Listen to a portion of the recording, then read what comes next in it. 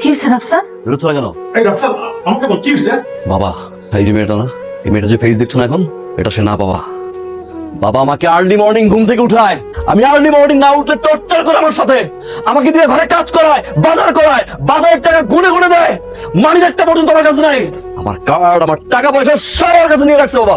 Face pack কিনতে পাঠায়, আমাকে ক্লিপ কিনতে পাঠায়, 10টার ভিতরে বাসায় আসতে হয়, তা না হলে আমি বেডরুমে ঘুমাতে পারি না এই মেয়ের কারণে। ও যে ভদ্র ফেসটা নিয়ে ঘুরে না, ওটাও না বাবা। বিয়ের আগে বিয়ের সময় যে ফেস আমাকে দেখাইছে সব ফেক। তোমরা কিচ্ছু জানো বাবা, আমার লাইফটা হেল করে ছেড়ে দিচ্ছে। আমি জানি, এটা তোর মাও জানে। মানে মারে ছোটবেলা থেকে যা চাইছে সব দিছে। একটা ব্যাট চাইলে 2টা ব্যাট কিনে দিছে, 100 টাকা চাইছে 500 টাকা দিছে। কোনোদিন শাসন করি নাই। ইউনিভার্সিটি লাইফ থেকেই এসব ছাই পাশ খাওয়া শুরু করছে। সারা রাত মদ লাগে, কারো কথা শোনে না। আমার ছেলেটার ফ্যাটি লিভার হয়ে গেছে মা, এভাবে থাকলেও বাঁচবে না। আমরা যে ভুলটা করছি, তুমি সেটা করো না মা। আমার ছেলেটাকে একটু বাঁচাও। ওর কোনো দোষ নাই, সব আমাদের প্ল্যান। যদি বলিস দোষ আমার, তোর বাবার। এছাড়া আমাদের আর কোনো উপায় ছিল না রে। মেয়েটার সাথে এমন ব্যবহার করা উচিত হয় নাই তোর।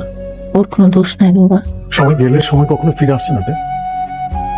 আমি কখনো শাসনে বড় হই নাই, না শব্দটার সাথে আমি ইউজড হই না। ছোটবেলা থেকে যা চাইছি তাই পাইছি, ইনফ্যাক্ট বেশি পাইছি। যেটা করতে চাইছি সেটাই করছি। হঠাৎ করে তোমার ইন্টারফেয়ারটা আমি নিতে পারি নাই। প্রতিটা মুহূর্ত আমার কাছে টর্চার মনে হতো, সহ্য করতে পারতাম না। সবসময় ভাবতাম কবে টর্চার থেকে মুক্তি পাবো। সরি, প্লিজ আমাকে মাফ করে দাও, প্লিজ আমাকে ছেড়ে যেও না।